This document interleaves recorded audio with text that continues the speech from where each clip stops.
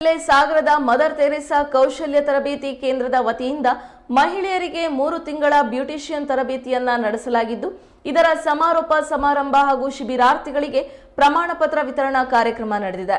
ಇನ್ನು ಕಾರ್ಯಕ್ರಮದಲ್ಲಿ ಮಾತನಾಡಿದ ಮದರ್ ತೆರೇಸಾ ಕೌಶಲ್ಯ ತರಬೇತಿ ಕೇಂದ್ರದ ಸ್ಥಾಪಕರು ಹಾಗೂ ಸಾಗರ ನಗರಾಭಿವೃದ್ಧಿ ಪ್ರಾಧಿಕಾರದ ಸದಸ್ಯರಾದ ಮರಿಯಾ ಲಿಮಾ ಮಹಿಳೆಯರಿಗೆ ಆತ್ಮಸ್ಥೈರ್ಯ ನೀಡಿ ಹುರಿದುಂಬಿಸಿದ್ದಾರೆ.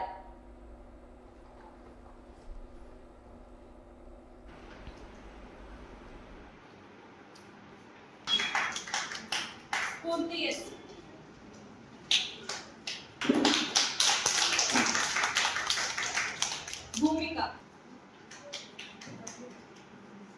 ಮತ್ತೆ ಶ್ರೀನಿಧಿ ಕೆವಿ, ಮಾನಸ ಆರ್,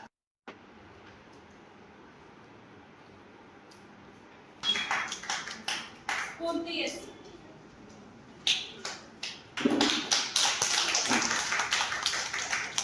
ಭೂಮಿಕಾ. ನಾನು ಎಲ್ಲ ಕಾರ್ಯಕ್ರಮಗಳಲ್ಲಿ ಕೂಡ ಇದೊಂದು ಹೇಳ್ತಾ ಇರ್ತೇನೆ, ಇದೊಂದು ವಾಕ್ಯ ನಾನು ಹೇಳ್ತಾ ಇರ್ತೇನೆ. ಹೆಣ್ಣೊಂದು ಕಲಿತ್ರೆ ಯಾವುದೇ ಒಂದು ವಿದ್ಯೆ ಆಗಲಿ, ಹೆಣ್ಣು ಒಂದು ಕಲಿತ್ರೆ ಅಲ್ಲಿ ಒಂದು ಶಾಲೆ ಒಂದು ಪ್ರಾರಂಭ ಮಾಡ್ದ ಹಾಗೆ, ಆಲ್ಮೋಸ್ಟ್ 90% ಅಲ್ಲಿ ಒಂದು ಶಾಲೆ ಓಪನ್ ಆದ ಹಾಗೆ. ಆದ್ರೆ ಅವಳಲ್ಲಿ ಅದು ಕಾನ್ಫಿಡೆಂಟ್ ಇರಬೇಕು. ನಾನು ಒಂದು ವಿದ್ಯೆ ಕಲಿತ್ರೆ ನಾನು ಅದರಿಂದ ಏನಾದ್ರು ಮಾಡಬಹುದು ಅನ್ನೋಂಥ ಒಂದು ಕಾನ್ಫಿಡೆಂಟ್ ಇದ್ರೆ ಮಾತ್ರ ಅಲ್ಲಿ ಒಂದು ಶಾಲೆ ಪ್ರಾರಂಭ ಆದ ಹಾಗೆ.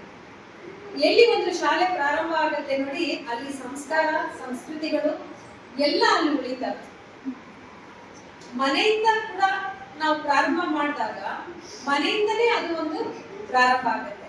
ಅದು ನಾವು ಎಲ್ಲೇ ಹೊರಗಡೆ ಹೋಗ್ಲಿ, ನಮ್ಮಲ್ಲಿ ಒಂದು ಸಂಸ್ಕಾರ ಇದೆ ಅಂದ್ರೆ, ನಮ್ಮಲ್ಲಿ ಒಂದು ಸಂಸ್ಕೃತಿ ಇದೆ ಅಂದ್ರೆ ನಾವು ಆ ಒಂದು ಚೌಕಟ್ಟನ್ನ ಬಿಟ್ಟು ಎಲ್ಲೂ ಹೋಗಲ್ಲ. ಆಗ ನೋಡಿ, ನಾವ್ ಏನ್ ವಿದ್ಯೆ ಕಲ್ತಿದೀವಿ, ನಮ್ಮಲ್ಲಿ ಏನು ಸಂಸ್ಕಾರ ಇದೆ, ನಮ್ಮಲ್ಲಿ ಏನು ಸಂಸ್ಕೃತಿ ಇದೆ, ನಾವು ಅದನ್ನ ನಮ್ಮಲ್ಲಿ ಅಳವಡಿಸ್ಕೊಂಡಾಗ ನಮ್ಮ ಒಳ್ಳೆ ಗುಣಗಳು ಕೂಡ ಅದ್ರ ಜೊತೆ ಆದಾಗ ನಾವು ಎಲ್ಲಿ ಹೋದ್ರು ಜಯವನ್ನ ಗಳಿಸ್ತೀವಿ. ಅಲ್ಲಿ ಸೋಲು ಅನ್ನೋಂಥದ್ದು ಇಲ್ಲವೇ ಇಲ್ಲ. ನಾವು ಎಲ್ಲೇ ಹೋಗಿ ನಮ್ಮ ಮಾತಾಗಿರ್ಬೋದು, ನಡೆ ಆಗಿರ್ಬೋದು, ನುಡಿ ಆಗಿರ್ಬೋದು, ನಮ್ಮಲ್ಲಿ ಇರುವಂತ ಪ್ರತಿಯೊಂದು ಅಲ್ಲಿ ಇನ್ಕ್ಲೂಡ್ ಆಗುತ್ತೆ. ಹಾಗಿದ್ದಾಗ ಮಾತ್ರ ಸಮಾಜದಲ್ಲಿ ನಾವು ಹೆಣ್ಣು ಮಕ್ಕಳು ಮುಂದೆ ಬರ್ಲಿಕ್ಕೆ ಸಾಧ್ಯ. ಬೇಕಾದಷ್ಟು ನೋಡಿ, ಒಂದು ಪ್ರಪಂಚದಲ್ಲಿ ಎಷ್ಟೋ ಹೆಣ್ಣು ಮಕ್ಕಳು ಇದ್ದಾರೆ, ಅದರಲ್ಲಿ ಒಬ್ಬೊಬ್ರು ಸೆಲೆಕ್ಟೆಡ್ ಇರ್ತಾರೆ ನೋಡಿ, ಅಲ್ವಾ? ಈಗ ನಾವು ಇಂದಿರಾ ಗಾಂಧಿ ಅಂತ ಯಾಕೆ ಕರಿತೇವೆ? ಅವರು ನಮ್ಮ ದೇಶದ ಪ್ರಧಾನಿ ಆಗಿದ್ರು. ಪಕ್ಷ ನಾನು ಮಾತಾಡ್ತಾ ಇಲ್ಲ, ಒಂದು ಹೆಣ್ಣಾಗಿ ನಾನು ಮಾತಾಡ್ತಾ ಇದ್ದೇನೆ, ಅಲ್ವಾ? ಅವರನ್ನ ಎಲ್ಲರೂ ನೋಡಿ, ನಮ್ಮ ದೇಶದ ಪ್ರಧಾನಿ, ಒಂದು ಇಂದಿರಾ ಗಾಂಧಿ, ಉಕ್ಕಿನ ಮಹಿಳೆ ನೋಡಿ, ಅವರಲ್ಲಿ ಒಂದು ಡೇರಿಗಿತ್ತು, ನಾನು ಒಂದು ದೇಶವನ್ನ ಆಳ್ತೀನಿ ಅನ್ನೋದು. ನಮ್ಗೆ ಅಷ್ಟು ದೊಡ್ಡ ಹುದ್ದೆ ಬೇಡ ಬಿಡಿ. ನಾವು ನಮ್ಮ ಮನೆಯಲ್ಲಿ ಇರುವಾಗ ನಾವು ನಮ್ಮ ಮನೆಯಲ್ಲಿ ನಮ್ಮ ಮಕ್ಕಳಿಗಾಗ್ಲಿ, ಗಂಡನಿಗಾಗ್ಲಿ, ಅಥವಾ ನಮ್ಮ ಮನೆಯಲ್ಲಿರುವಂತ ಈಗ ತಂದೆ ತಾಯಿಗಿರ್ಬೋದು, ಅತ್ತೆ ಮಾವ ಆಗಿರ್ಬೋದು, ನಮ್ಮ ಕುಟುಂಬವನ್ನ ನಾವಲ್ಲಿ ಏನು ಬೇಕು ಏನು ಬೇಡ ಅವ್ರ ಸಮಸ್ಯೆಗಳನ್ನ ಅರ್ಥ ಮಾಡ್ಕೊಂಡು ಅಲ್ಲಿ ಒಂದು ಜಯಿಸ್ಕೊಂಡಾಗ ನೆಕ್ಸ್ಟ್ ನಾವು ಹೊರಗಡೆ ಬಂದು ಏನೇ ಕೆಲಸ ಮಾಡಲಿಕ್ಕೆ ಸಾಧ್ಯ. ಯಾಕಂದ್ರೆ ಅಲ್ಲಿ ನಾವು ಒಳ್ಳೆ ರೀತಿಯಿಂದ ಹೊಂದ್ಕೊಂಡು ಹೋದಾಗ ಕುಟುಂಬದಲ್ಲಿ ನಮ್ಗೆ ಮತ್ತೆ ಕೂಡ ಹೊರಗಡೆ ಹೋಗಿ ಏನೇ ಮಾಡ್ಲಿಕ್ಕೆ ಒಂದು ಪರ್ಮಿಷನ್ ಬೇಗ ಸಿಗತ್ತೆ. ಯಾಕಂದ್ರೆ ಇವಳು ಮನೆಯಲ್ಲಿ ಎಲ್ಲ ಹೊಂದ್ಕೊಂಡು ಹೋಗಿದ್ದಾಳೆ, ಇನ್ನು ಹೊರಗಡೆ ಹೋದ್ರೆ ಕೂಡ ಇವಳು ಒಂದು ಒಳ್ಳೆ ಹೆಸರನ್ನ ತರ್ತಾಳೆ ಅನ್ನುವಂಥದ್ದು ನಮ್ಗೆ ಅದೊಂದು ಬೇಗ ಅವಕಾಶ ಸಿಗತ್ತೆ ಹೊಂದ್ಕೊಂಡು ಹೋದಾಗ. ಹಾಗೆ ಹೆಣ್ಮಕ್ಳು ಅಂತ ಹೇಳಿದ್ರೆ ಬರೀ 4 ಗೋಡೆ ಮಧ್ಯೆ ಅಡುಗೆ ಮಾಡಿ ಗಂಡನಿಗೆ ಕೊಡುವಂಥದ್ದು ಅಥವಾ ಮಕ್ಕಳಿಗೆ ಬಡಿಸುವಂಥದ್ದು ಅದು ಬೇಕು ಅಲ್ಲ ಅಂತ ನಾನು ಮರಿಯಾ ಮೇಡಮ್ ಮತ್ತೆ ಶಂಕರ್ ಮೇಡಮ್ ಸಾಗರದಲ್ಲೇ ಹುಟ್ಟಿ ಬೆಳೆದಿರೋದು, ಇದೇ ಕಾಲೇಜ್ ಓದಿರೋದು, ಎಲ್ಲ ಓದಿರೋದು ಇಲ್ಲೇ. ನಾನು ಇಲ್ಲೇ ಸರ್ವಿಸ್ ಮಾಡ್ತಾ ಇದ್ದೀನಿ, ಸಾಗರ ಟೌನಲ್ಲಿ ಇದ್ದೀನಿ. ನಾನು ಅಸಿಸ್ಟೆಂಟ್ ಸರ್ವಿಸ್ ಮಾಡ್ಕೊಂಡಿರೋದೇ ಖುಷಿ.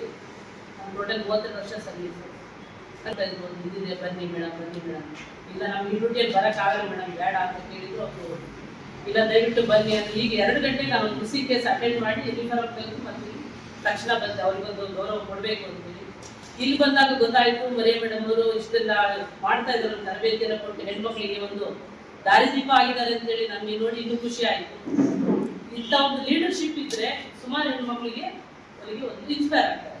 ನೀವು ಅಷ್ಟೇ, ನಿಮ್ಮ ಈ ವಿದ್ಯೆ ಕಲ್ತಿದ್ದೀರಲ್ಲ, ನೀವು ಇನ್ನು 10 ಜನರಿಗೆ ಹೇಳ್ಕೊಡಲಿಕ್ಕೆ ಆ ರೀತಿ ಆಗ್ತಾ ಹೋದ್ರೆ ಹೆಣ್ಮಕ್ಳು ಅವಾಗ ಪ್ರಬಲರಾಗ್ತಾರೆ. ಅವ ಯಾವುದಕ್ಕೂ ಹೆದರೋದಿಲ್ಲ. ಈಗ ಏನಾಗಿದೆ ಅಂದ್ರೆ ಹೆಣ್ಮಕ್ಳು ಈಗ ಮನೆ ಒಳಗೆ ಸೀಮಿತ, ಮನೆ ಒಳಗೆ ಸೀಮಿತ